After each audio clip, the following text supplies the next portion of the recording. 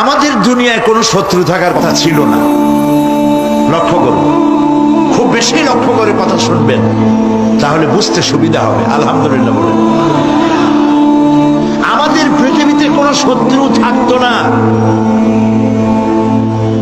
যদি আমরা শুধু মসজিদ নিয়ে পড়ে থাকতাম,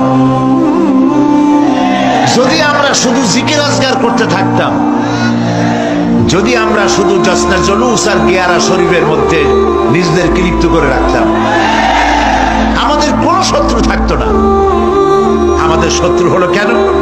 শত্রু হয়েছে এই জন্য আমরা সাংস্কৃতিক অঙ্গনে ভাগ বসাইছি, আমরা রাজনীতির কলিজার মধ্যে হাত ঢুকিয়ে দিয়েছি, আমরা অর্থনীতি সমাজনীতির মধ্যে ঢুকে পড়েছি। আর এটা আন্দাজ ঢুকি নাই, আল্লাহ ঢুকাইছে। সুবহানাল্লাহ। তাই ওরা আমাদের শত্রু। শত্রু কারা? আপনারা নিশ্চয়ই চিনে ফেলেছেন ইতিমধ্যে। চিনেছেন না?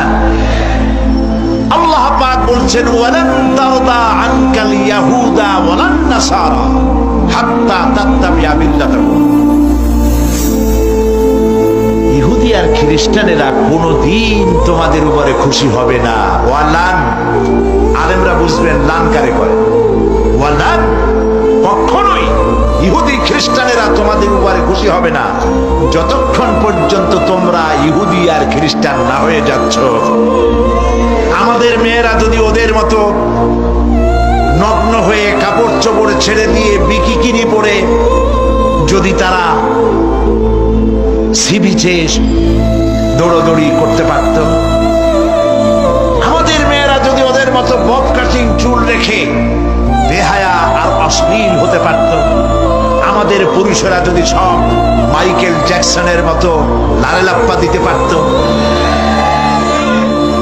আমাদের জওয়ানেরা তরুণেরা শিক্ষাঙ্গনগুলি সব যদি বড় বড় কনসার্টে পরিণত হয়ে যেত, ঢোলের বাড়ির চোটে বাড়ির চাল উড়ে যাবে, এই অবস্থা যদি হতো, ইহুদিরাও নারাজ হইতো না, খ্রিস্টানেরাও নারাজ হইতো না। সব বলতো ইসলাম, এরা হচ্ছে মডারেট, মোস্ট মডার্ন। এইরকম ইসলামই তো চাই, যে ইসলামে গান আছে, বাজনা আছে, যে ইসলামে মিউজিক আছে, যে ইসলামে ফ্রি মিক্সিং আছে, ওইরকম একটা ইসলাম তারা আশা করে। কিন্তু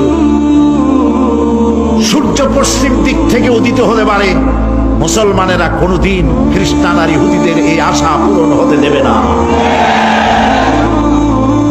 প্রিয় ভাই সব, যুগ যুগ ধরে ইসলামকে ধ্বংস